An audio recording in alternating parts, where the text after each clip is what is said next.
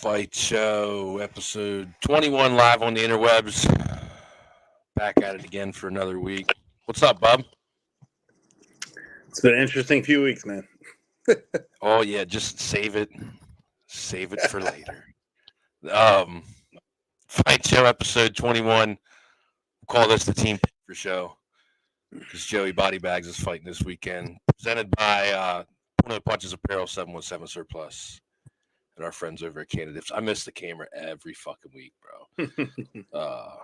Flavor of the week, orange creamsicle, 5X, 50 milligrams of CBD. These things are great. So I'll let you, you by default, get the floor to discuss the week of Bill. Weren't you on vacation this week too? Well, yeah, it's my week off of work. So I took Monday. I took Monday off a day early. Went to the Sixers game with a friend of mine, came out, and the Strangler's car was nowhere to be found. And I was like, you know what? The Strangler has taken a couple hits to the head over the years. And I'm just like, all right, it's clearly in some other parking lot. Dude, and I specifically remembered walking across the street at this one point. I went to a game with a friend, Chris, and I was talking to him like I remembered. Hold on. Okay. Good. Were you at first having trouble remembering where you because you were inebriated and your friend was driving or that goes into it. But okay. Yeah, I got a bad memory, but I was like, I swore I parked here, but nobody would steal a car from the front of a Philadelphia 76ers game in a paid lot at Citizens Bank Park. Nobody would do that. I wouldn't do that. You know, like what's the plan? Has been the phrase I've coined this week. What's the plan? What were you thinking? You were gonna, they took my car. I wasn't there. I got a ride home. Long story short, shout out to the Blue. Second week in a row, they've helped me out. They coordinated with Toyota. My criminals were so smart that they couldn't put together that a 2018 car with GPS and Bluetooth could be found by the police in like 10 seconds. So the police coordinated with Toyota. They called. These guys had swapped out my license plate. They had some fun in my car. Like the car was sideswiped and everything. So I'm dealing with that stuff. But good news is that the car is back. It's not fucking trashed. Not too much anyway. I didn't want to go to the whole buying a car again market. I like my car. So they did steal all my shit though, motherfuckers. This gives me the first chance to play with my little toy that I figured out over here. Ready? And I only talk to God when I need a favor. Yeah. I was like, Lord, please let them find us. The cops called me. I said, did you arrest anybody? He said, yeah, we caught two people driving at like mid motion, So shout out to the 12th precinct down there in Philadelphia. Sorry, people give you so much shit. Fuck them, they suck. You guys do a good job. I wouldn't want to do it. So I think almost. I mean, in the span of 1 week, you went from being a perpetrator of a crime to a victim of a crime. Not even. What was it, Thursday, right before the show last week, you got pulled over. And then what was it, Monday? So in 4 days, you went from perpetrator to victim. See how quickly the fucking scales of justice change? I do. Like I said, had they just did a little joy lap or two and I found some McDonald's trash in my car and it was parked in a different spot, I would have laughed about it. Like, what the fuck you think? Well, you say it's funny you say joy lap, and it's fun like we said, we talked. So November of 23, November of 22, I thought, and I have teenagers, you know what I'm saying? So at the end of the day, like, did one of these little shits take my car? And I come down, I'm coming, it's like 6:30 in the morning, the wife's letting the dog out. She's like, why'd you park out back? I'm night shifter by trade. I did a decade of night shift. Like my body's pre-wired for it. So I'll randomly be at like Rudders at 2 a.m. for whatever I have a hankering for because it's right down the road. She's like, oh, why'd you park out back? And I said, I didn't. And we're both outside still rubbing the sleep out of our eyes. And I live in a 2-light town, bro. Like there's 3 streets deep and 2, it's not very big. And apparently it's like 2 alleys down on my same street. My car just comes creeping down the street as we're standing there.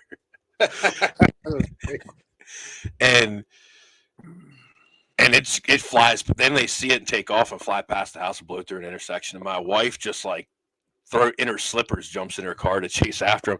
I'm inside. I ran inside to grab something real quick, throw the shoes on because I was barefoot.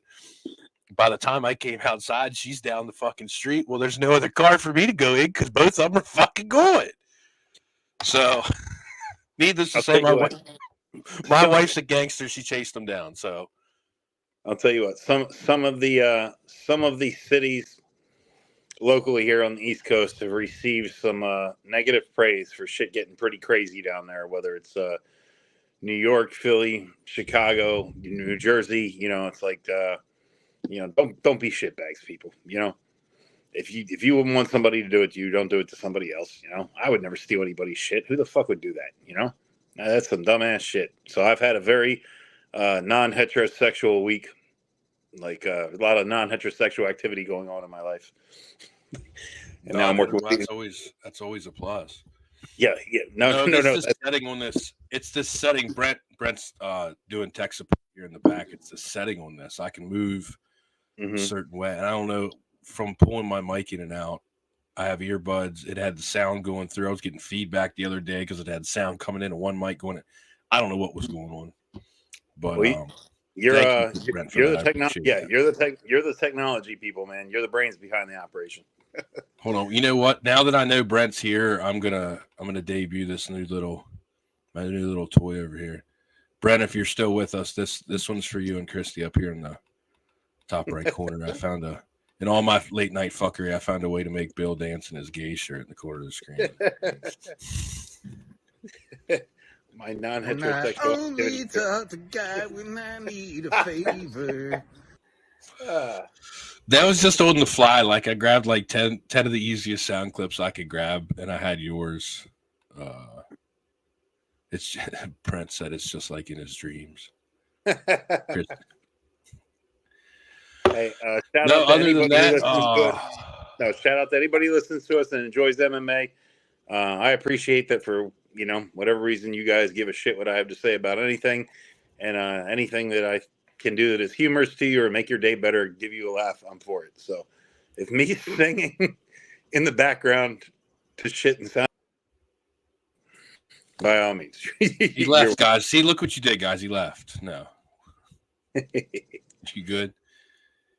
No, with that being said, I don't know why people want merch. Like people have been asking about merch, and we did merch and we got linked up. So that I just sent over some design stuff. Excuse me, today for that. So anybody in the comments, anybody that's been asking about merch, it's coming. We got some new. Next week. I don't know if I fully informed of this because you've had a crazy week. We're doing something live on the internet next week. You have a package coming to the house. Very nice. Don't ask any questions. We might have some special guests. Okay. That's all I want to say right now. All right, we'll leave it with that. Are you telling me to stop looking? Are you telling me to stop looking for answers?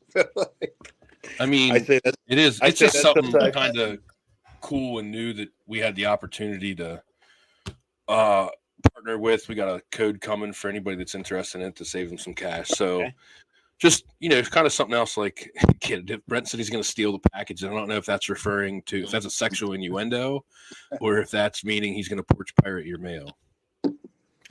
I'll tell you what, I will not ask questions. I will just let it happen.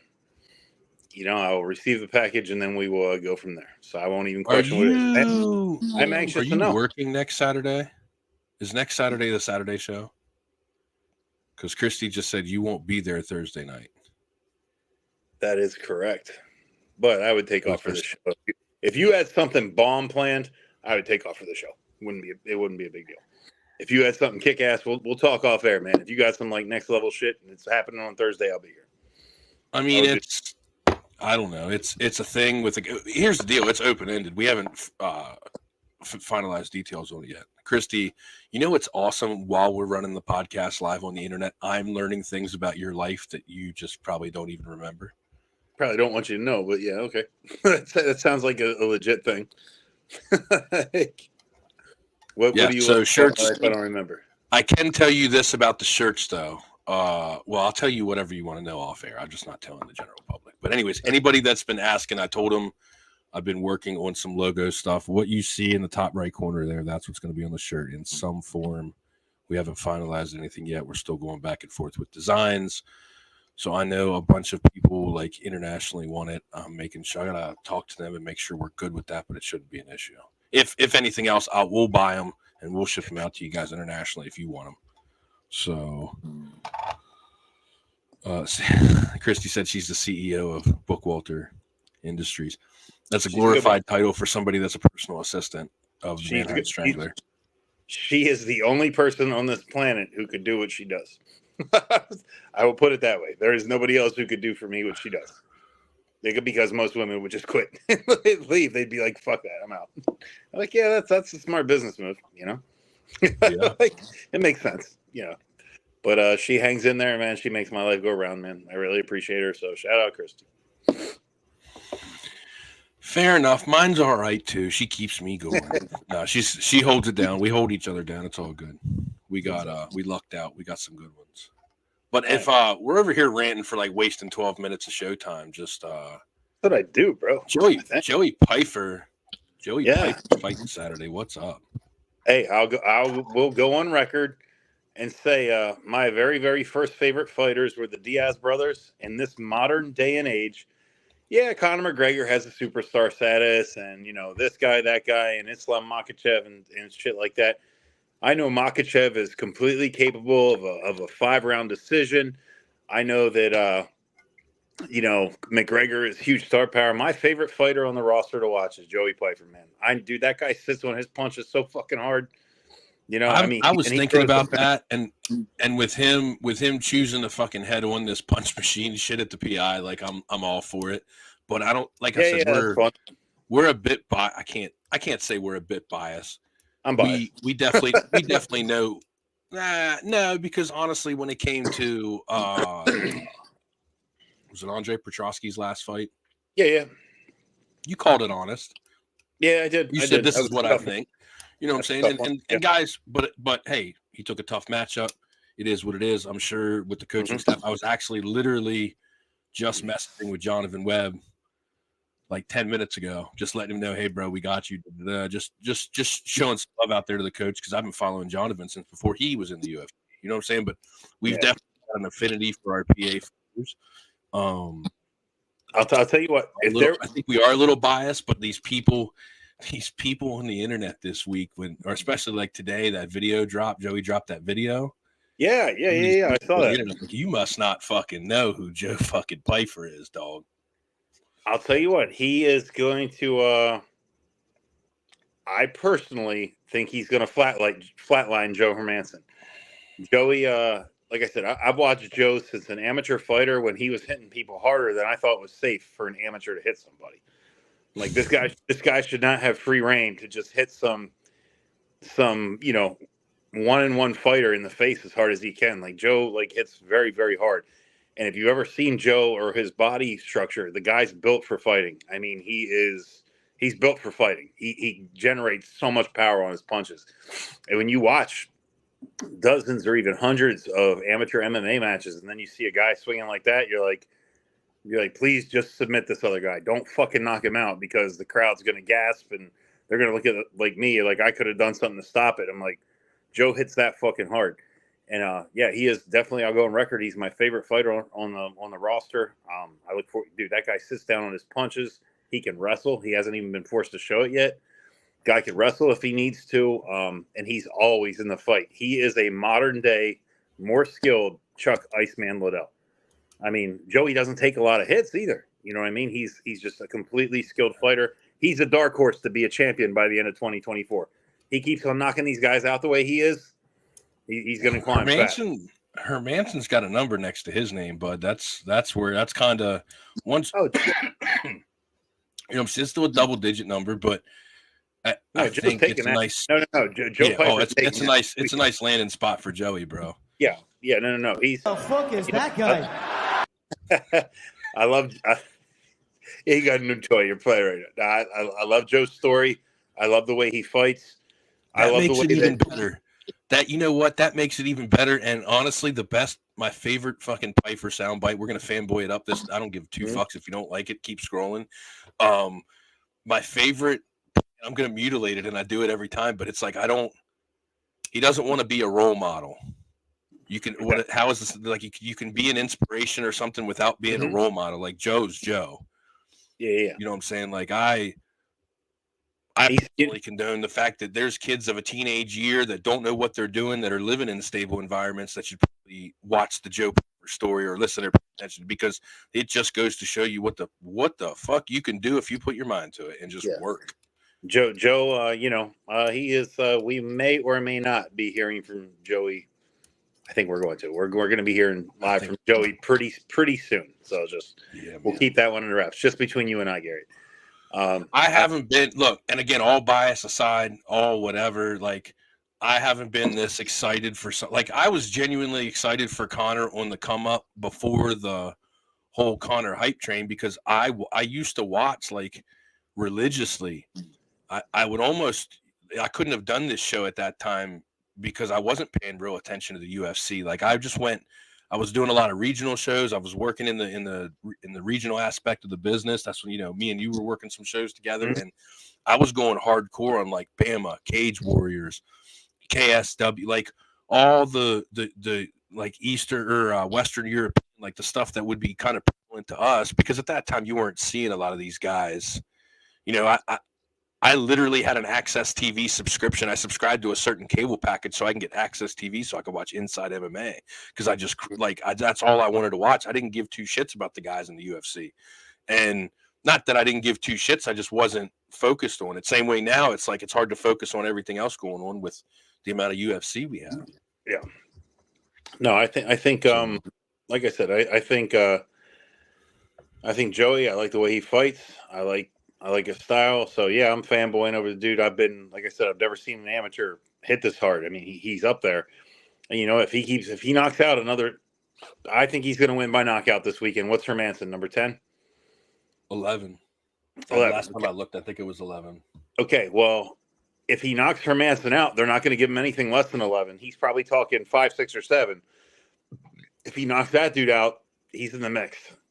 Joe's. Well, hold on here, because I think Joey Piper's going to be making middleweight great again. Like hold on a second. I want to see something, because who they got ahead of him? I'm just curious. That's what I'm looking. I just want to look at the middle. We were just looking at it the other week with, excuse me, Duplessis. So Hermansson actually just dropped one. Dolidze just came down 2. So he's at 10. Here, I'll tell you this: Roman Dolidze has no chance against Joe Piper. Next, after what I saw him do with Nasruddin Imavov, Joey would tear him up. Can you? Who else we got? Yeah, pretty good. All right, so here, Chris Curtis is sitting at 13. Paul Craig's at 12. I know Paul Craig, I think, just had a fight booked. I just saw that. Hermansson's getting ready to fight him. Dolidze just fought.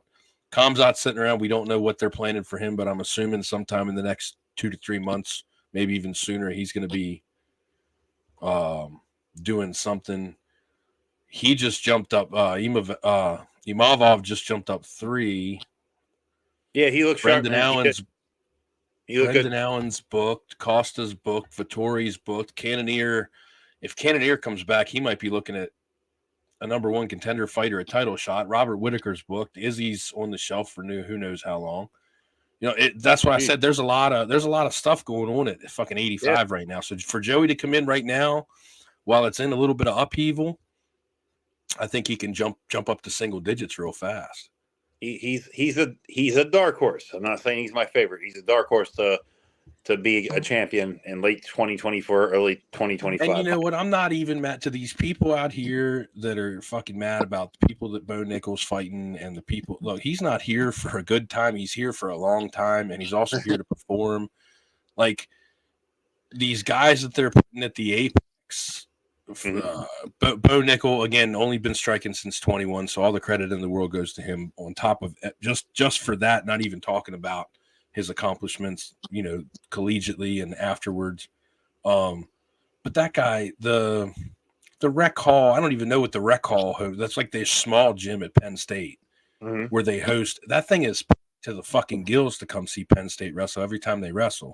I believe so it's not a matter of can Georgia he Tech. handle the pressure. The guy's wrestled at the top stages of the world. It's like everybody else says a lot of times. You get in the cage, everything else kind of fades away. He's already been in the middle of that spectacle. So that's going to be nothing to Bo Nickel. I think they're smart with his path. I think they're smart with Joey's path. I think whoever's making decisions for Joey and whoever's like props to the UFC for nurturing. People don't understand the concept of nurturing talent. Like you don't throw a guy to the wolves, but you don't sit there and big fish little pond him like a lot of these small promotions do. As we've discussed multiple times on the show, the UFC may not be perfect in everything, but they do a really good job at managing their product. They've grown from a little shed and a little rickety octagon to a $10 billion business. So they did some shit right along the way.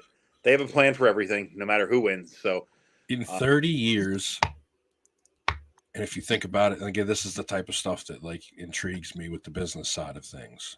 If in 30 years they're now a marketing company. If I would have told you the first time you saw UFC before you even started training it, when it was still bootleg on the tapes or whatever, little black box, if I'd have told you that thing was going to be on ESPN and countries were going to be paying double-digit $1 million figures to have them come there, you'd have looked at me and told me I was nuts. Yeah, I didn't see that one coming. You know, that's what they've been able to do in 23 years, I think, since they bought it. I think they bought it in 90. No. And you know what? And the UFC 2000, I think they bought it. So 24 years. The UFC has back when it was the old way, the way we know it, they've made some bad deals before. They've overpaid fighters. They've invested on things that didn't pay off. You know, they've battled all that and turned into a $10 billion a year business. You know what I mean? So they know what they're doing. So did you watch that link? Did you watch that link I sent you, the Sam Alvey video he did on YouTube?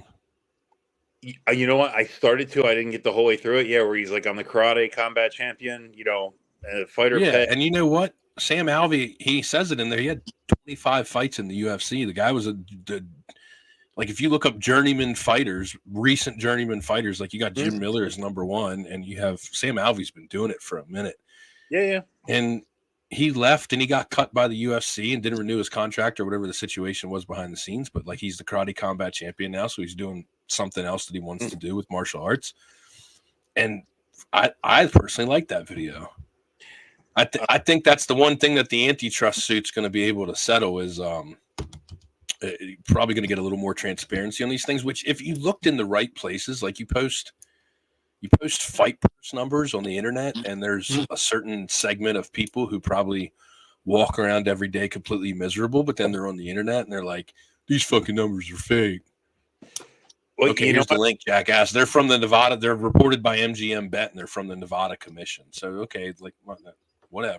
I'll say it like this, and it confuses me that it happens everywhere you look around. This happens, and they only get upset about it for the UFC. Okay, if two grown men sit down and say, "I want to pay you X amount of dollars to do this," and you, of knowing free will and sound mind, sign the contract. If I turn around and make God knows how much money off that doesn't have anything to do with what you and I sat down and talked about. You know, this is my deal. If you think you're worth more, or you're like, hey, you're going to turn around and sell my shit and make a ton of money, and I say, hey, you're right, I am. And then you say, well, I'm going to make you this much. Let's do a better price. Okay. Well, if I agreed to that, I owe you that. If you agree to do some shit for an amount of money and some guy profits off it after that, and yeah, I get it. The UFC profits a pretty good deal. You know, they profit pretty big. they have to pay for some of those bad decisions that they've made, where they put out a lot of money up front, and man, it just wasn't the fight they thought it was going to be, and they take the beating, they take all the risk. At your local Walmart, it couldn't function without the store employees. Walmart would go under without the employees. Well, But the way it works, no, it would. If there's nobody there to check out the customers, the stores would go on. Well, the 3 people that are in the 15 empty lanes next to the 26 people trying to cram into self-checkout. Yeah. But the point being, they don't get what Walmart gets. Walmart takes all the risk, all the liability, all that stuff. And I hate to sound like a corporate man because I'm a blue collar worker, But the UFC has made more millionaires out of guys that would have struggled elsewhere in life and been in real trouble. They got the red panties. Yeah. McGregor was he was an unemployed plumber on public assistance in Ireland. Now look at him. Dude, he doesn't get there if there's no UFC. He doesn't get there, okay? And that Sam Alvey, 26 fights in the UFC. I didn't realize he was around that long. I guarantee you do the math on that. Guy's made more than $1 million in the UFC. You know what I mean? He's basically said, he's like, and these guys are saying this, and if you listen to the whole conversation, when they say, like, Sam Alvey said, I made $1 million. I am not a millionaire. Yeah, for sure. I made $1 million. And this kind of brings us full circle to this whole Chandler McGregor thing, because everybody's, Chandler's ducking McGregor and McGregor's doing this. But first of all, both those guys are fine. Connor's more than fine, but Chandler's doing things. I see Chandler all the time in different content on different things, doing leadership and mastermind courses and all this stuff. And he's making moves. That's the point. Whatever he's getting money for it. You know what I'm saying? The guys are doing stuff, and that's great. And not everybody has it like that. So to say all fighters are treated and paid fairly, that's not, you can't blanket statement. It's a contractual case by case basis with independent contractors. You know what? It's like anybody else in the entertainment industry. Some people are going to outsell other people. Some people are going to make more money. When the I don't know who's your favorite bands, when the Rolling Stones go on tour versus when like Third Eye Blind goes on tour, Rolling Stones are probably going to get more money. They both play instruments. They both sing songs. They both do the same thing. One is going to outsell the other. And that's just the way it is. And that's due to your body of work. That's due to a lot goes into it. Your merch sales. So, yeah, if you're the bigger draw, you're going to make more money. I don't understand why in the world of sports, whether it's basketball or fighting, how that's confusing to anybody. When Dana White signs that amateur fighter to open up UFC 302, whatever it is, that debut fighter, he's probably getting 20,000 and 20,000. His opponent's getting 12 is the minimum. 12, okay, here's the deal. And Sam, again, this is another. That's why I sent you this fucking video, Bill. You should be doing your fucking show prep. Sam Alvey even talked about it. I had a busy Sam Alvey even talked about it. He said it's 12 and 12, but you're not. Again, I urge everybody that argues about fighter pay to just go watch. And again, case specific example. That's Sam Alvey's journey that he was through. It's not. It's not. But it's just another example, much like we hear all the time. You know what I'm saying? We go all the way back to Jimmy Hedis. Jimmy Hedis stepped up last fucking minute on an 8-8 contract and fucking got it done. And fucking a week later, I was standing there when the envelope came with the UFC, with the wire transfer thing involved in it. I was right there when Mike Malice, rest in peace, Mike. We love you, bro. I was right there when he opened the fucking envelope. People have been handed bonuses all the time. You're hearing about it more because everybody's on their phones and everybody's got video or here's this or whatever now. So you don't hear these things, and all you hear, but you have an actual UFC fighter went on his page on the internet on his time, who, might I add, fought in the UFC in 2017 and is a member of the fucking antitrust, because 1,200 fighters in the antitrust, nobody opted out. Dana didn't threaten it. Dana urged everybody that was in that thing to opt in. He said, you never know how these things work out. I hope these guys get paid. If it works out that way, it's money to the fighters. And Sam Alvey's a part of that because he fought in the UFC in 2000 prior to 2017. So, and he's over here breaking it down for you. How it works, what goes on. I will watch that video, but here's the thing. What I was breaking it down to is that these guys, whoever's going to open up UFC 302, 12 and 12, fine. That's one fighter. That's 24 grand plus all his corners plus everything.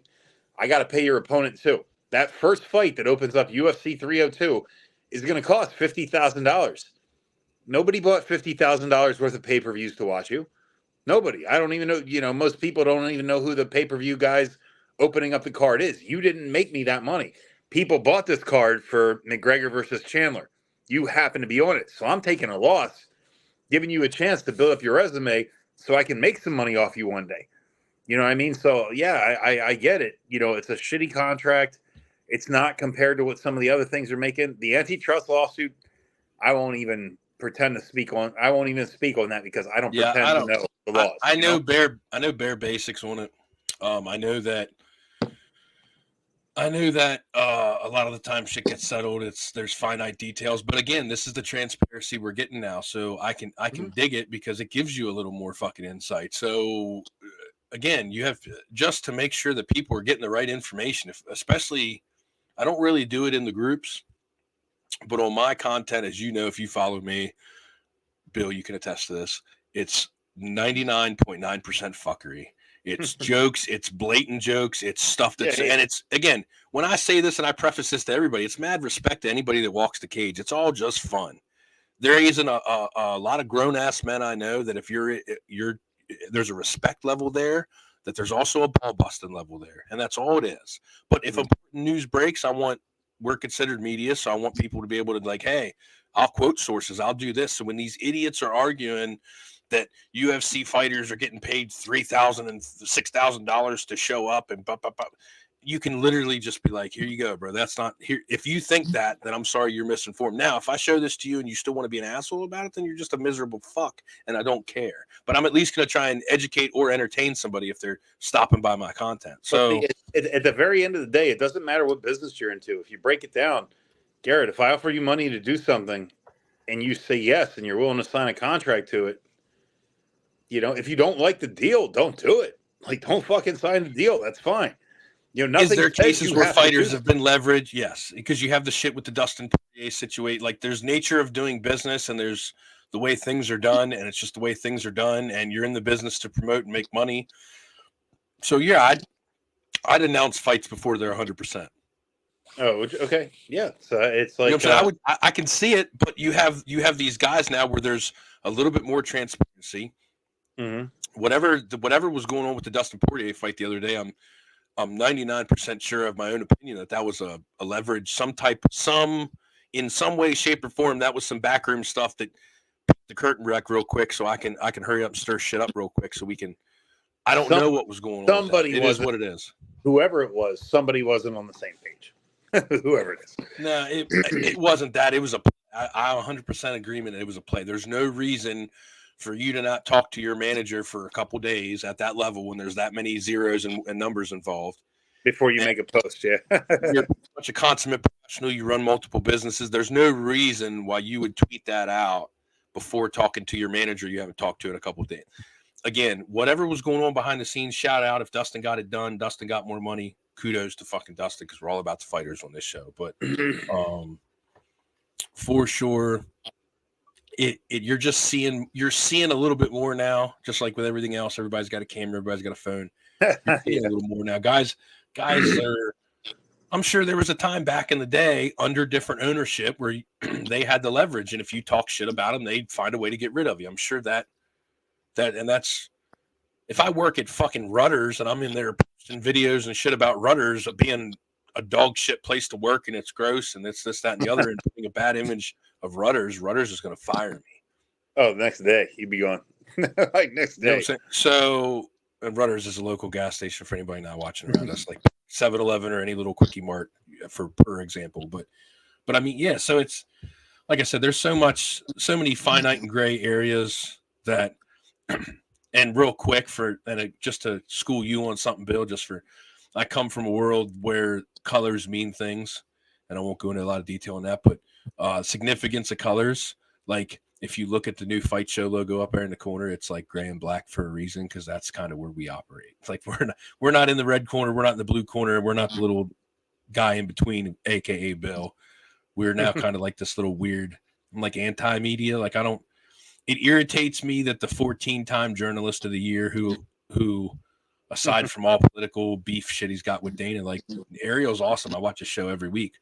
But I don't understand how you could be the 14-time journalist of the year and not know that there's rules meetings before every show.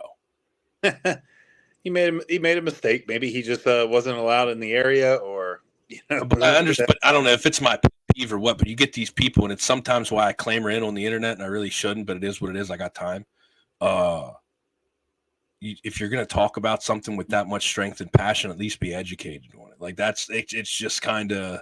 You know what? Meanwhile, you got people over here that have actually worked shows, have put the time in, and you have put the reps in to learn not just skills as a fighter, but you've been involved. Like, again, I'm all for media and every freedom of speech, and anybody can talk, and I'm a fan of Ariel's, but it's that shit just irritates me.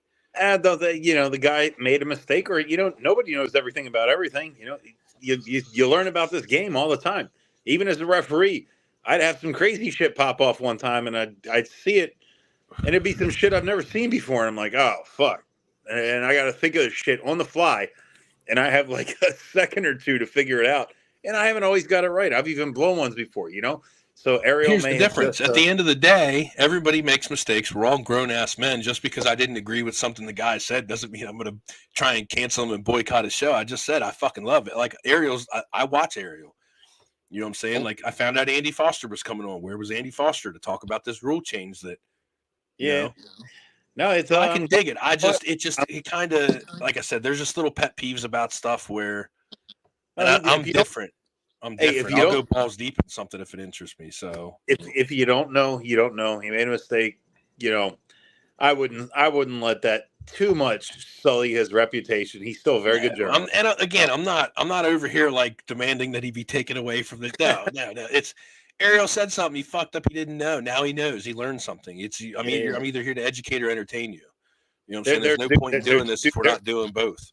There's been shows I made a call, no harm, no foul, but I got out of the cage and I always give credit to Big Dan Mergliotta and Keith Peterson for mentoring me more than anybody else. Both, they're both in there, man. They've refereed the highest level. I'm talking main event, like title fights and shit. And I'll make a call, get out, and I'll be like, hey, you messed that one up. The rule says this. And I'm like, oh, shit. It just didn't cause a headache, so you didn't fucking realize it, So even after 8 years in the game, had they called me out on it, CM Punk and John, John Hort? Shit, what the hell's that guy's name? Anyway, the guys who commentate for CFFC, they could have made me look like a real dick on air if they would have called it out. And they would be like, this guy's been reffing for 8 fucking years? How does he not know that? Because I'm human, dickhead. That's how. Speaking of CFFC, so CM Punk apparently is out with an injury. He's back to wrestling now. I really don't follow that anymore. CM Punk's out with an injury. So in his place on the CFFC commentary team is your friend and mine, Money Moicano.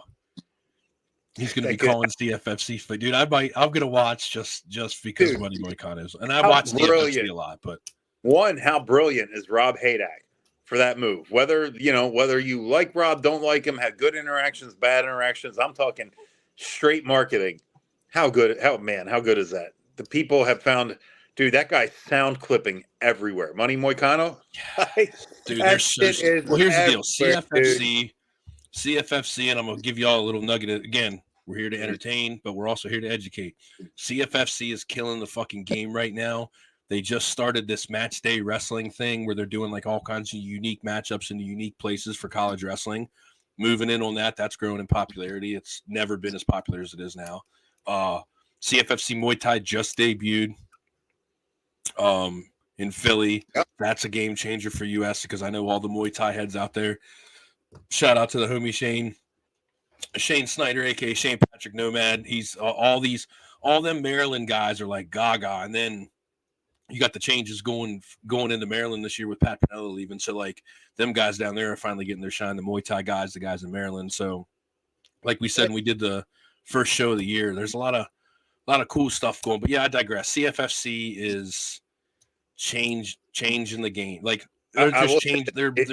I if you can't wanted, say it. if you would like to be involved in the game of combat sports without actually getting elbowed in the face and lit up, or actually, I guess Muay Thai, you don't have a choice for that. But if you've never had an MMA fight in your life, and you're in that sweet range of 21 to 31, and you want to try this shit out, or jujitsu, or Muay Thai, or wrestling, there are so many events for you to train. Dude, it feels good to train for a goal. And whether you win or lose, if you gave it your all, it feels so good to train for a goal. And then there's the day of, okay, let's see what I can do. And like I said, whether you're an amateur fighter, a grappler, a wrestler, a Muay Thai guy, a boxing guy, there has never been more opportunities for you, to basically be involved in the combat sports game without getting lit up, unless you want that shit, unless you want like full blast MMA professional type shit. CFFC is doing really good things, man, and they're offering a lot of opportunities for people to get out there and show their craft. So shout out CFFC, man. It's good. It's good. I'm glad, because we were talking about earlier when I said about the regional stuff, like to me, you said about Rob Haydak, and he was a little bit closer, and I kind of was paying attention to what they were doing. Shout out to Mick Maynard. Mick Maynard, the I'm not a matchmaker guy that turned out to be a matchmaker. Like, he took Legacy from a barroom show where you could basically touch gloves from the corner. And I think Legacy did like 140 something shows before they merged with, like, Legacy was pumping guys into the UFC before CFFC was like really had a stranglehold on it. And then they merged with, Ed Soros used to have Black Zillions. He had Resurrection Fighting Alliance. Now they're RFA. Or LFA, I'm sorry, not RFA. Yeah, man. So like all this stuff's been going on for a couple of years, and these guys have just been grinding and grinding and grinding. And now it's like, if you're a fight fan, man, you can look in any different direction, and you got something to watch on any given day of the week. If you like one-on-one sport, physical, dominant sport, there's my God, there's something for everybody these days, Dude, I didn't even know CFFC was doing the like wrestling before the MMA, man. Like that's the coolest shit ever, man. Well, no, it's not even before MMA. It's a whole separate piece. It's college match day, I think is the name of it. Don't yell at me if I did. Sorry, Robin Arias. But what are they bringing in? Like guys so they brought in two teams. And again, I'm not a huge wrestling fan. I'm a PSU fan because there's a local guy wrestling for him, and Bo Nickel, of course, and just in the area we live in. You know what I'm saying? Wrestling's so prevalent. But no, they brought two teams in. There was a barn in Wisconsin, like a big event venue that was like a barn, and they logistically put it off and sent to feed the fight pass, and they had a college duel with two teams. Just they make an event. They're making an event out of college wrestling. Mm-hmm. Much like if you go to State College on match day, on duel, if there's a duel being hosted or something like that up there, if you go to State College there, they're making these one-off wrestling events now, and they're calling it college match day. Like I said, they got CFFC Muay Thai. They're doing Fury grappling, not to be confused with Fury FC that's popping up and that's gaining steam in Texas. They've been doing it for a while. Our buddy Nick Gonzalez has worked a couple events for them. So yeah, there's options, man. I suggest a fight subscription to anybody. Like anybody that's an MMA fan, get a there was one day I watched 3 hours of submission grappling because I like submission grappling. You know what I'm saying? So there's just so many options. And if you want to know who the Joe Porters of the world are before they get to the UFC, that's who you're going to see them. So. Well, you know what? And I want to say this to anybody watching, anybody that would hear this.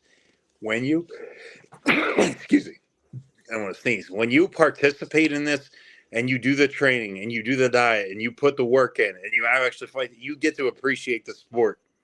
You get to appreciate the event on a different level, When you have done this, whether you've been in a long jiu-jitsu match or, submission, whatever you do. And, when you see that UFC fighter in the third round and people are like, oh, why doesn't he just get up?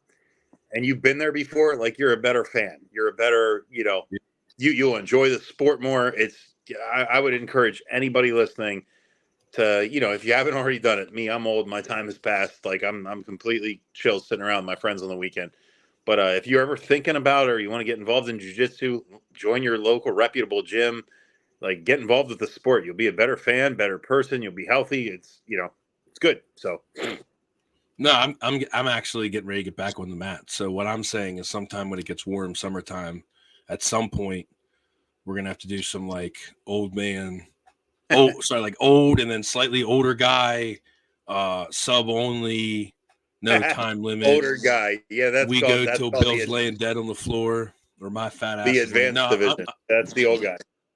I'm on the tail end of what I got going on with my back. So I think I found a school. I was talking to him about doing some content with him. So I think I'm gonna jump back on the mats for a little bit. Just, you know what I'm saying? I got my I kind of had blue belt-itis. I got my blue belt, and then a little bit after life happened. Yeah.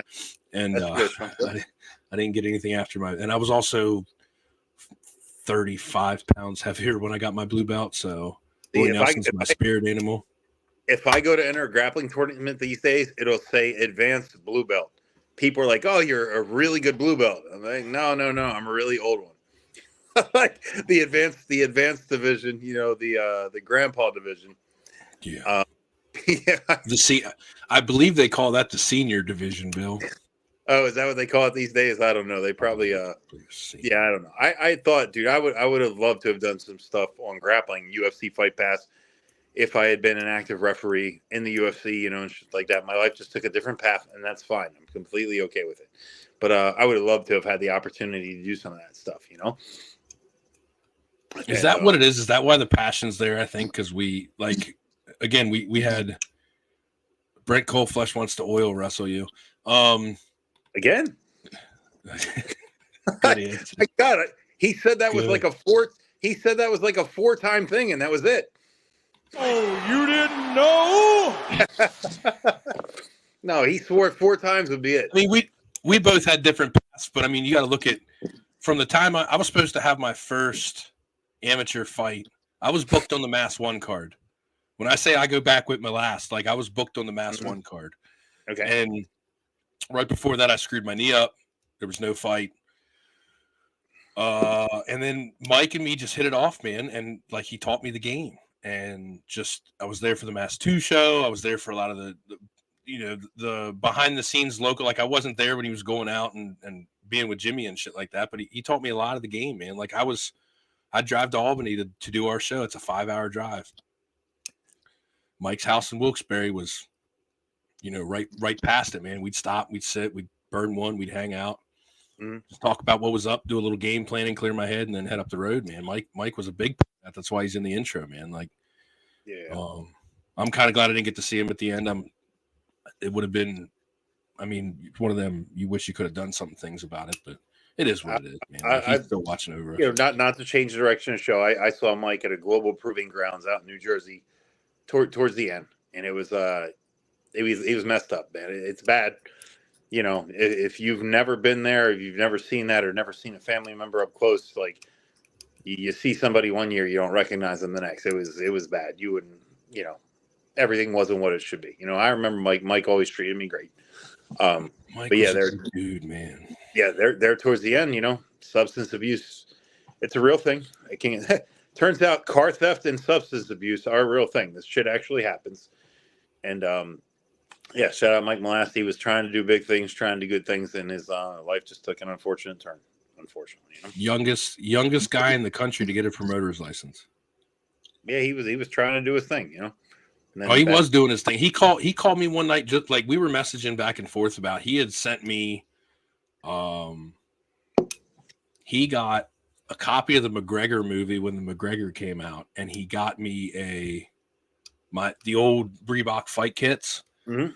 He got me a fight kit that had an autograph. Like it was a little care package you put together for my birthday. So he sent it. So he said something, he sent it, and I was talking shit. We were like talking shit over Facebook, and he video called me, and he's sitting there with like Little Dirk talking shit with Little Dirk. So I mean, the guy was making some moves. He got hung up in it. So yeah. Bad shit happens, and it's not a game, you know. But yeah, anyways, I digress. Like I was in it with him back from 2011, just being a part of the game in one way or another. I was training, and again, when I hurt my knee, I was still training. I just wasn't training to compete at that point, and got the clear to go ahead. Came back, like it never happened. But all this other stuff, promoting, managing, working the floor, running the floor down in Virginia, working security, running security, like just all these different ways to be involved in the sport. Up and you turn around and it's like, man, I've been training off and on for more on than off for over a decade, and I've never had a bad day. I mean, it's like we literally, I showed up, and this was my reason for my exit from CFA, but like I showed up after a 5.5, 6 hour drive stuck in traffic, and we didn't have all the parts to our cage, and it's Thursday night, and okay, we'll call the place in the morning. So then you wait 12 hours, get up in the morning. The place that had the cage wasn't open. So I drive 6 hours. We had half of our card canceled from a MMA perspective because we ended up it's like highs and lows the whole game. So we show up, the cage is fucked up. We're trying to figure this out. Friday morning, we got weigh-ins that night. We get through it. Friday afternoon, we secured the spare 30-foot cage that the UFC had in upstate New York at the time. We secured it. We were able to use it. Shout out to JJ. JJ brought it over in the box truck. It still had the UFC 200 vinyls on the corner pads, which was like a fucking boost of morale. We go to get this thing in the venue in this mall in New York, this 2-story mall in New York, and the fucking ceiling was too low. They've removed all the lights. Like we were in there scrambling for 18 hours to get the show on. the commission that we were using at the time, because this was pre-legalization in New York, third commission we were using said the height's too high. So they let us do half the card with kickboxing fights, and the other guys didn't want to do kickboxing fights, so we did like submission grappling. But it just goes to like I left out of there like, yeah, it was shitty, but still had fun, man. I still had a smile on my face from the beginning of the night to the end of the night. So there's not a day, no matter what I had to go through, of anything I've ever been involved in with this sport that's been shit. You come back and do it the next week. You know what I'm saying? You never stopped after a bad call. You kept going. No, you got to, man. You know, I had my fun time doing those things all these 8 years. Whether people believe it or not, they asked me to come back all the time. Greg Serb, Ed Kunkel, they loved my sexy ass, and I get it. I get it. They asked me to come back all the time. You know, my heart and passion isn't in it anymore. I like doing this. I like doing what you and I are doing. I've been a loudmouth my whole life. A lot of talk, a lot of fucking around. I've been a loudmouth my whole life. I like shooting my opinion towards something. When you're with the athletic commission, you can't do that. You're supposed to keep your mouth shut as a professional, which sucks. I did all my time doing the UFC shit and doing the local shows, man. I enjoy this part of the sport anymore. I like being a fan again. You know, I got 9 years where I didn't get to be a fan. I didn't get to say my opinion on fucking anything. I had to sit back and watch people talk, and that's hard for a guy like me. Like, I went and reject and throw my shit in there, you know? And, yeah, I'm enjoying the sport. I wouldn't change it for the world, man. What a wild ride. I got to do some shit that not a lot of other people get to do. And I really enjoy doing this with you on Thursday nights. Hopefully we can keep going for a little while. Saturday next week. So unless you have something kick ass, and then I will be on Thursday with you. Dude, if we had some bomb ass shit, I'd be here. I mean, we're not getting tattooed or our nipples pierced live on the internet, so I really don't know what else would excite you. No, but if Dana White is going to be being lathered up with oil, which I still don't know what the fuck that means. I just see everybody talking about it online. You don't know the oil story. All right, so a month ago. I really don't. Look, here's the deal. I'm lucky enough to have a lot of my businesses allow me to be on the internet a lot. So I'm just kind of like, oh, I saw this today. Why the fuck is this happening? And I'm my own boss. I do my own thing. Excuse me. Dana was on a live stream on Instagram Live. Okay. A month ago. And he's interacting with fan comments. And on the bottom, and I posted this a while back, on the bottom, it says, I'm going to oil you up. Dana, live on the internet. Dana catches live and he's like, I'm going to oil you up. What the fuck? So it's a thing now. And then they doubled down on it. Okay. Down on it like all good brands do. Some fuckery happens and there's a wave of something, they double down on it. Then right. Nina Drama goes to headquarters with a thing of Crisco and says, all right, Dana White, if you don't tell us the 300 main event by this date, we're going to oil you up. So now there's all these oil you up memes. There was something I posted earlier. I got on Mid Journey the other day and made some fucking Dana White getting oiled in the oil. Like even I jumped on it. I'm a 40-year-old man. I don't give a fuck. So what is wrong? What is wrong with you people? I don't. Listen, you son of a bitch. What the fuck's your problem? Listen, how do you make that funny? Even if Dana White liked to get oil up in his private life and liked to get oiled up, who cares? Why does anybody care about that? Break out the red panties. Maybe if that's what you're into, no judgment. And I only talk to God when I need a favor. Now you're just showing off. You about things you do when you're drunk. This is never gonna die now. Okay, that's all right. I'm fucking. If you or anybody else somehow finds that funny, which I guess it's weirdly funny. Just know that Christy is my co-sign on this, and I didn't even run this by her, but I'm gonna put it out there right on the internet. If Christy ever sees you out there doing some asinine shit, I'm gonna instruct her to record it. And just know that if you're out here acting a fool in public, it's going on the internet. We don't care. If I'm acting a fool in public, if I do something asinine, like drunk singing Jelly Roll in front of the casino because you want this $1,800 parlay to fucking hit, stuff like that. That's a slow Tuesday. Me doing something like weird in public, every day, all the time.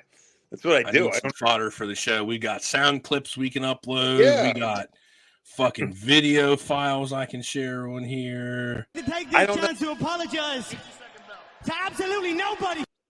Exactly. That's how the fuck I feel. I don't go anywhere without, I feel comfortable when I make it weird. That's the only way I can make the situation comfortable for myself. Yeah, I'm going to do some weird shit in public all the time. See, I couldn't have been a ref. I couldn't have been a ref because some guy would have done something and I'd have talked shit to him in some asinine way. He'd have been on the ground getting beat. I'd be like, you remember when you were an asshole earlier? He's going to beat your ass. He's going home to fuck your wife. Just some stupid shit. That is some funny ass shit to say. Shit. No, just tell Christy acting like a tough guy at weigh-ins and getting in his face. Now he's beating your ass. And he's going to go fuck your wife.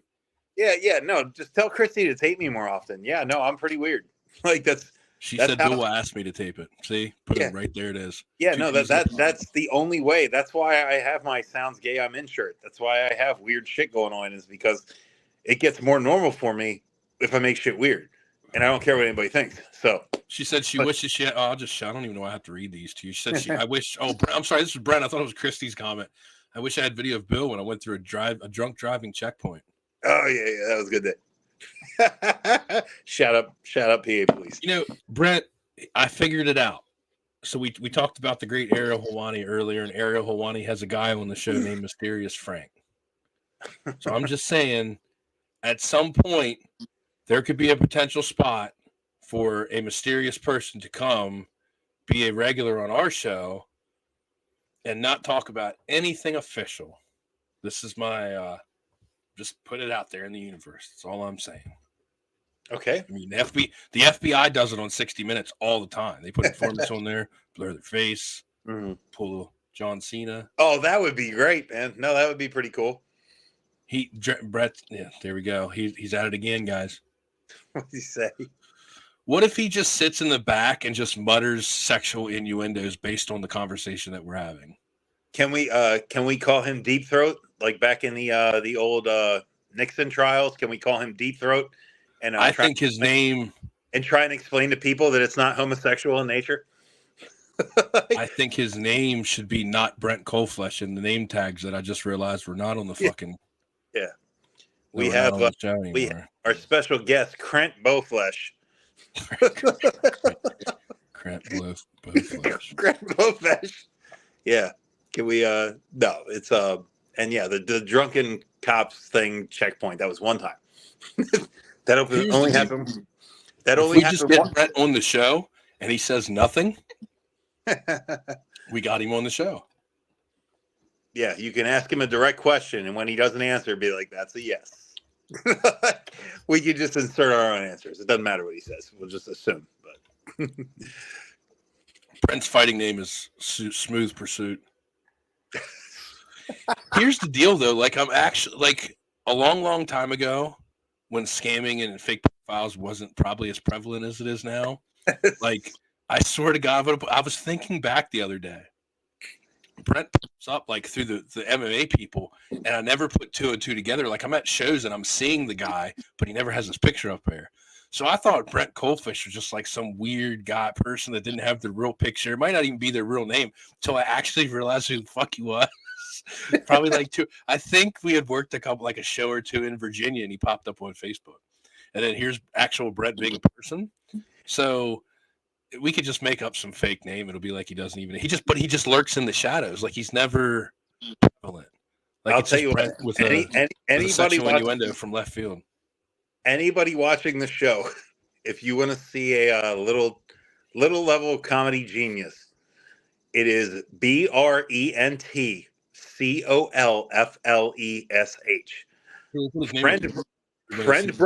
Friend Brent, and scroll his timeline. You're welcome. Thank me later.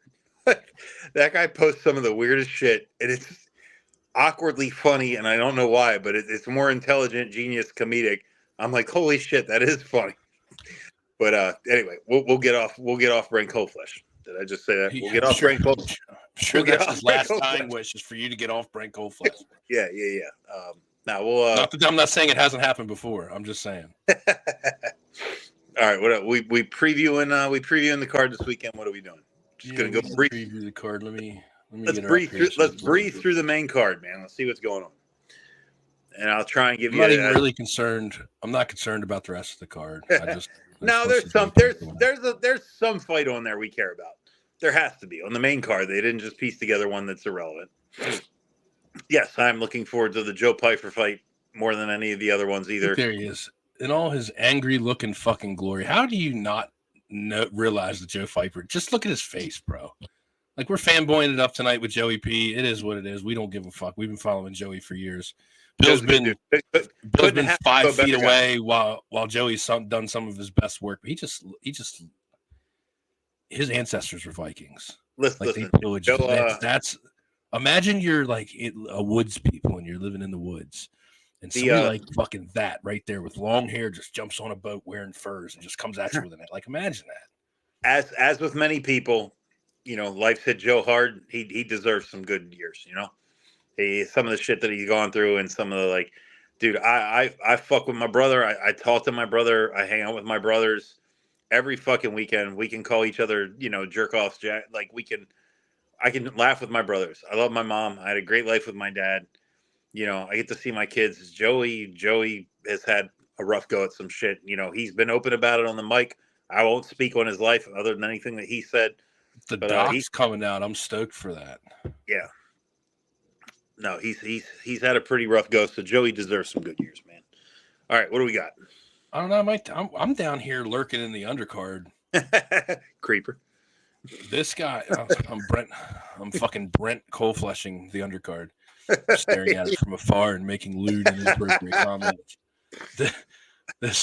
We did this the other week, and I'm horrible with pronunciations, and I have to stop. He's not Russian, but yeah, that he put on an impressive show the other week, the other month, October. It was all the way back in October that he fought. Okay, yeah.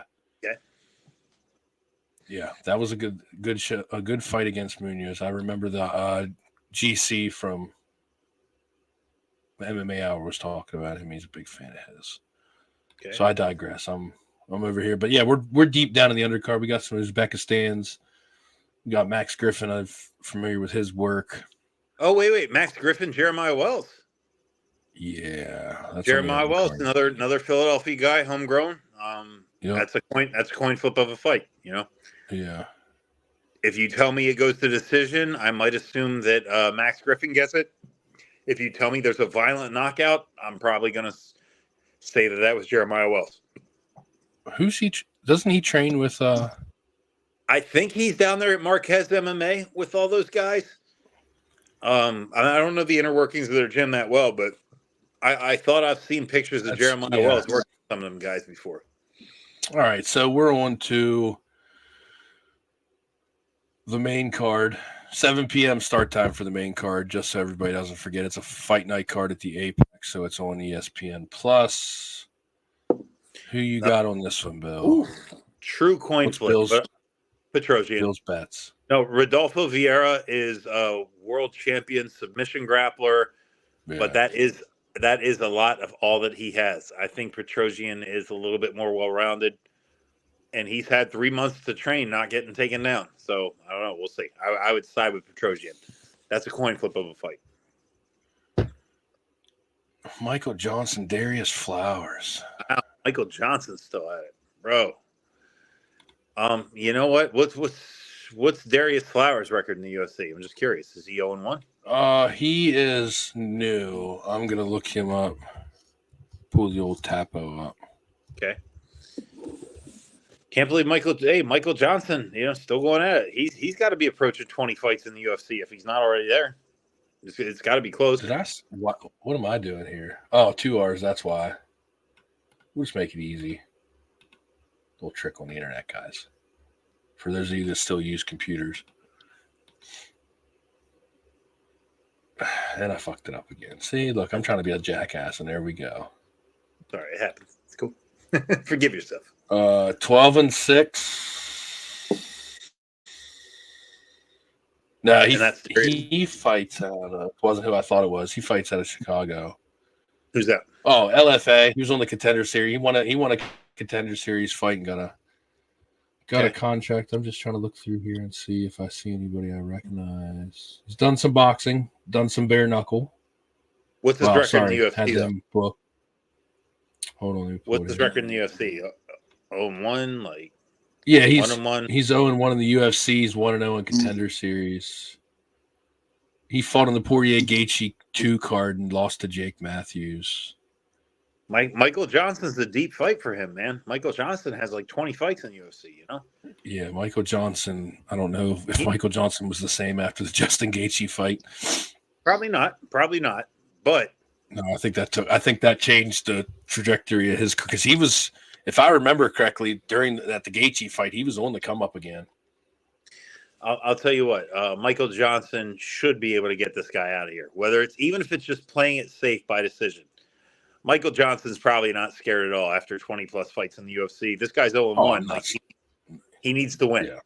He has to win if he wants to stick around. Back here, because Michael Johnson's been doing it. Yeah. I would lean Michael Johnson in this fight.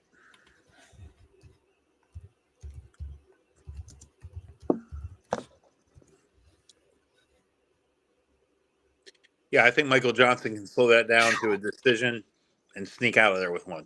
I think Michael Johnson's got 40 fights. Yeah, but how many in the UFC?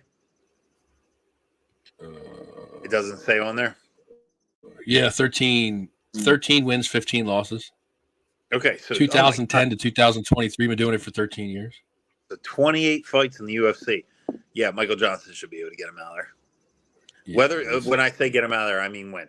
I don't know if it's by decision, but I think Michael Johnson knows how to slow that fight down and appear more active and land the better strikes. I think he wins the decision. So, what we got next? Oh, RoboCop, Rodriguez versus Tavares. I have no idea who wins that one, man. No idea. These odds anymore, man, are breaking. They're breaking about even. You got to get in. You got to get in at the right time with these things. I think Rodriguez is more powerful. I think Tavares is more technical and has probably beat the better guys. Tavares beat Chris Weidman, former world champion. Mm-hmm. Rodriguez got flatlined by Bruno Ferreira, however you say it.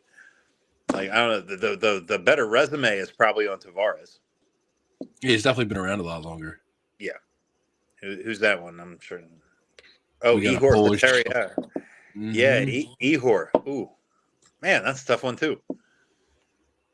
No odds listed for that one. I might have to start getting you to pull up DraftKings so we can give them the DraftKings odds, because they're blowing up now, too. Everybody's using DraftKings, I think, but me. Dude, even if you put $1 on the fights, it's fun. No, Danny gets that one. Andre Fili is a good journeyman. He's a good, not even gatekeeper, but he's a good, I think he's having a little bit of resurgence. He's had some stuff happen. He's taking his training a little bit differently now. So who's he fought? I wouldn't mind. Who's he beat? Let's see who he's beat. Fili.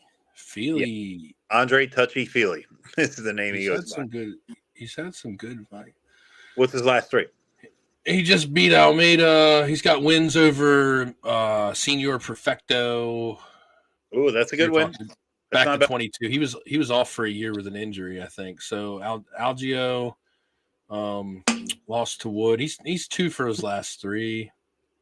Okay, it's not terrible. Not terrible. It's hard to go 2 and 3 in the UFC. Not terrible.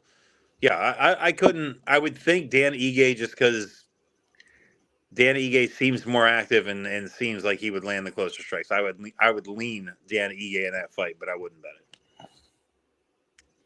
Yeah, I don't know what's going on with UFC.com.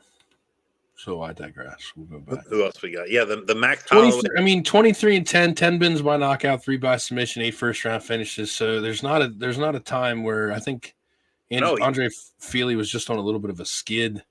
No, he's not a bum. Like nobody in the UFC is a bum. No, nobody's in the UFC is a bum. Yeah. No.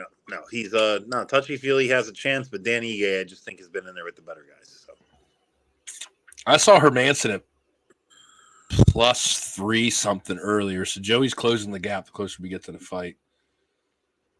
I'll tell you what. Here's my bet parlay this weekend. It would be Dan Ige, just money line, and Joey Pfeiffer. If you want to just get your money for sure, Joey Pfeiffer money line. If you want to like up the odds a little bit, Joey Pfeiffer by knockout. Joey doesn't fight. He hits too hard, and he's in there for a goal and a reason. He just doesn't technically strike this guy for 5 rounds. If Joey wins, it's by a finish. You know, he hits too hard, too long. So for those of you that don't know, this is the official team per episode.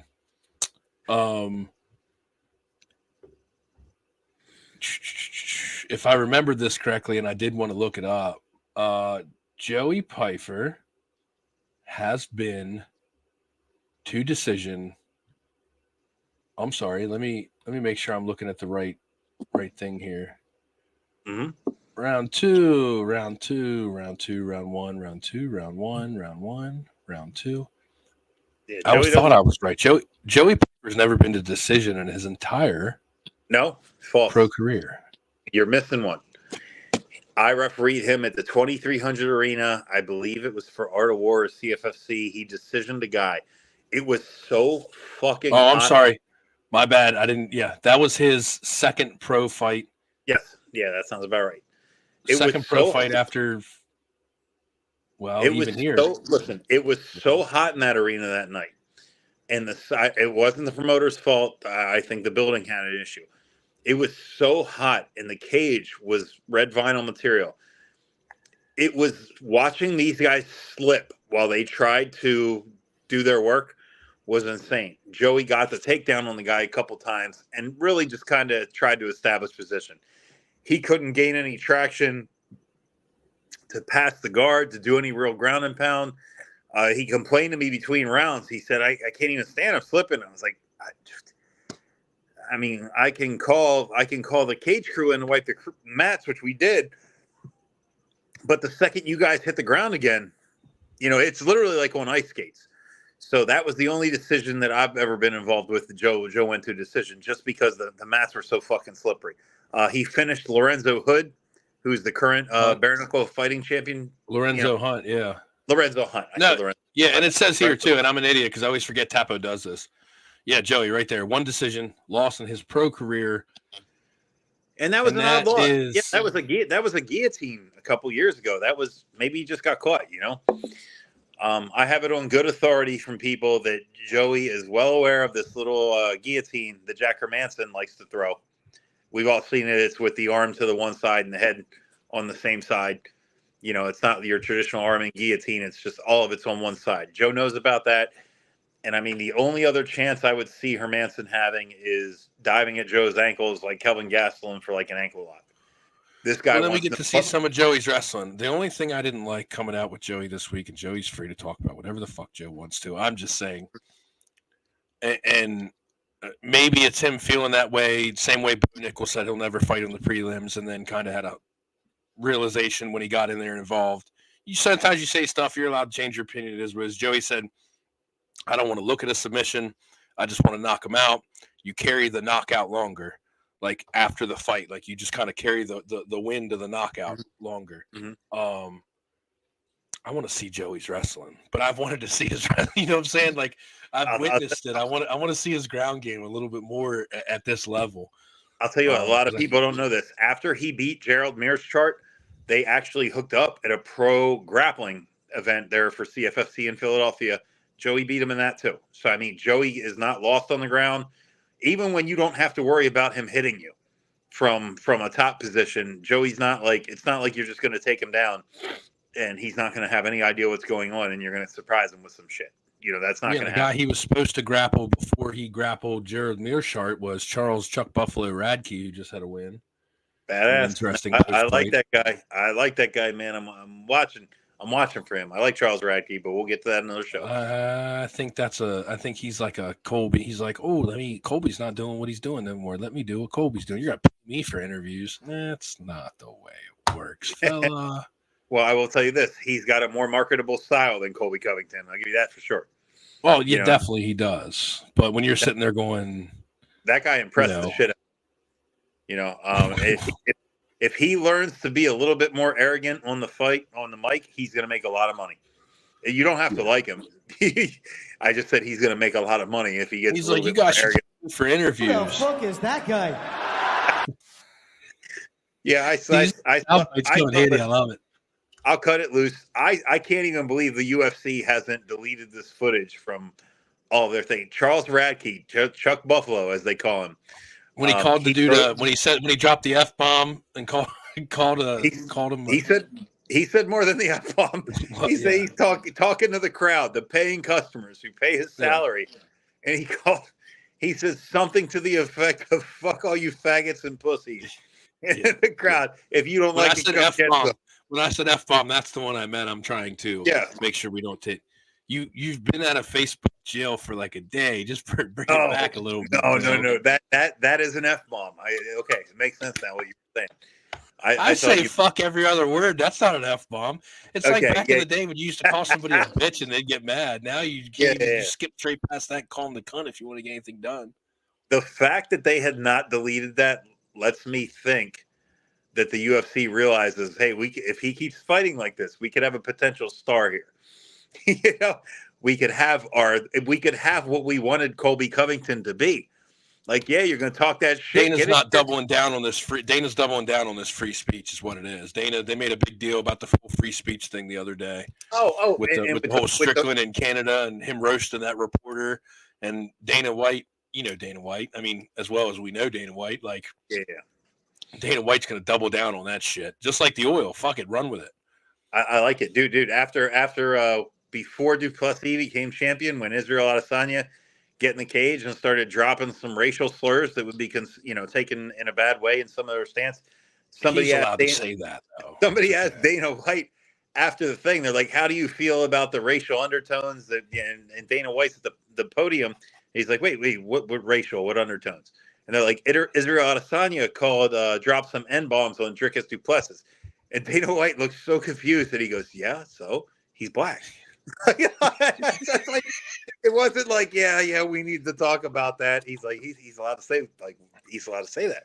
Like, it doesn't make sense. Like, you think I'm going to take time out of my day to go like chase this guy down? Like, he's black. He's allowed to say that shit. Like, I don't make the rules. It's just what it is, you know? But Dana White with the flags for a little while, they started to bow to the pressure and they said, fighters can't carry flags out. And I think at some point Dana White threw the gauntlet down and said, you know what? He said, if flags fucking hurt your feelings, I don't want you to fucking watch me anyway. Just go away. I got enough fans without you. Somebody just said something the other day that he wouldn't let him. I can't think of who it was, but it's an international guy that something's going on.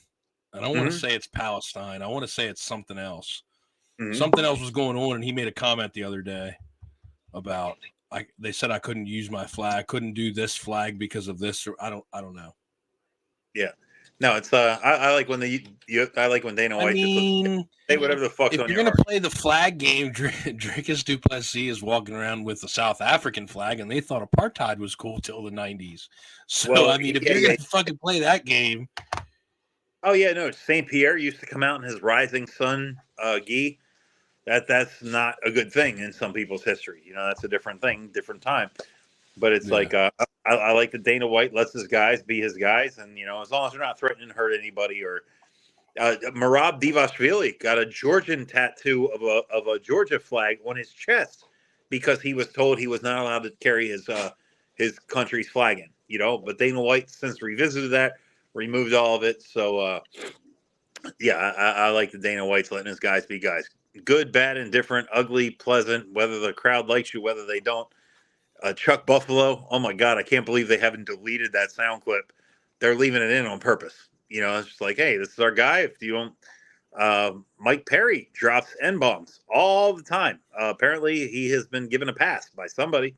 But he's invited to all the barbecues. He's all the barbecues. Everybody I wants think, Mike Perry. Look, don't be surprised.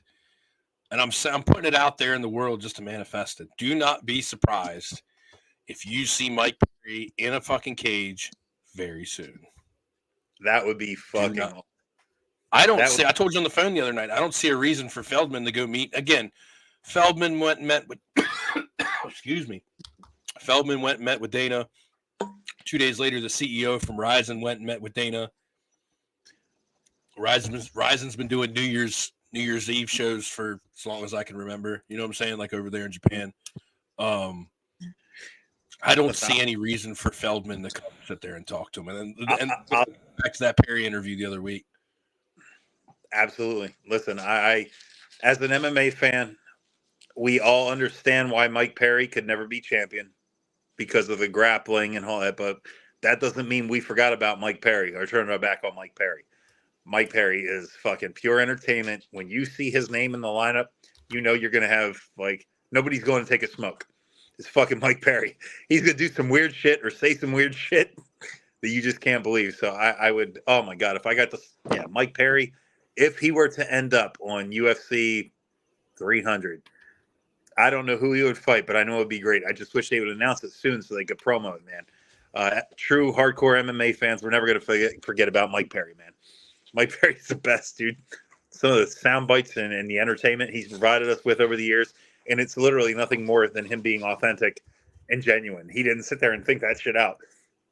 That's legitimately who the fuck he is, and that's fantastic. Yeah, no, definitely. He's grown on me a lot more. I kind of want to see. I still like Darren Till. I do, dude. He just, you know what? Darren Till can probably still beat guys in the UFC. He just can't beat the top 15. Yeah. And that's who he was in there with for a good portion of his last bunch of fights. People forget he fought Duplessis. Nobody knew Duplessis was going to be a future world champion. It's like you're sitting there and you're giving him a competitive fight. Darren Till on his losing streak sounds a lot different than, hey, Darren Till fought the current UFC champion tough as nails for a couple rounds, so he just petered out. There's no shame in that. No, yeah. I like Darren Till too. For sure. All right. I guess you said you were kind of gonna on the ref rant this week, so we're not doing nothing with that because you ain't got nothing to bitch about because we're ready for Joey fucking Pfeiffer to come do work on Saturday. Can I give a 5-second ref praise? Can I 5 seconds? We don't have a graphic for that, so you're just gonna have to be nice for 5 minutes. That's all that is. All right. Okay. Without the ref rant, here we go. I'll ref rant at the public. No, the police are not perfect. Oh wait, are you gonna do a little intro shit? I mean, we don't have to because we weren't gonna do the ref rant, but we don't have to. If you want to, if it makes you feel better, I will go back here and I will just have you dance in the corner in your gay shirt while you're talking. Go ahead. We'll just do that. My ref rant is to the general public. No, the police aren't perfect. Yes, they've had some dog shit happen. Yes, sometime one of them was having a bad day and gave you some shit. At the end of the day, no matter how big a piece of shit you are or how shitty you treat them or anything like that, if you called the fucking police for help, they would fucking be there in a fucking heartbeat, and they would have to face some fucking shitty situation to save your ass. Like I said, again, police are not perfect. I'm aware. I know they do some bad shit. I know somebody mistreated you one time or didn't let you go with a warning. Try and be as cooperative as you can with your local police when your ass is against, when your shit's against the wall and when it's time for somebody to make something happen, they're the guys who go do it, man. Give them the respect they deserve. God, to the general public, quit being a bunch of dicks, man. You guys know you can be dickheads. You know what the fuck I'm talking about. Like, just be normal. All right. There's this week's referee. As far as it comes to law enforcement, no comment.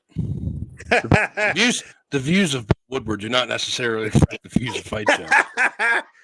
Say, I don't know what happened. I don't know the situation. Say you weren't being a dickhead. I wasn't. I mean, was I being a degenerate fuckbag 20 years ago when I caught my charges? Yeah. Do I have a fuck the police tattoo? Yeah, but Okay. I've also had one. I've also had one save my son's life in an emergency situation. So if you needed them in some non-heterosexual situation, some totally fucked up shit, and you called them, they'd be there for you, and they would do the best they could. You know. Well, like I said, I'm not saying any of them are perfect, but there's my. I'm not saying they're all perfect. You know, I know. With that being said, the views of Bill Bookwalter do not necessarily reflect the views of Fight Show or the views of our friends over at CannaDips. We digress. We didn't mention it earlier. It's all CannaDips.com. Code FightShow for 20% off. With that being said, I think we're going to get out of here. Don't leave. You might see us Thursday. You might see us Saturday. It depends on if Bill wants to call off work or not. We'll figure it out. I always want to call. Until next week, I'm going to take us out here. We're going to have a nice moment of praise for the body bags. Joey Piper in the background here. He's been creeping on us, kind of creeping over my picture here up top. The whole show is a little creepy. I'm not used to it. Let's go. Different background next week. Yeah, let's go, Joey. Stay in for a minute. This has been Fight Show, guys. Like I said, presented by Pulling Punches Apparel, 717 Surplus. CannaDips. Go to CannaDips.com. Code FightShow for 20% off your order. Until next week, sometime, guys. Fight Show episode 21. We are out.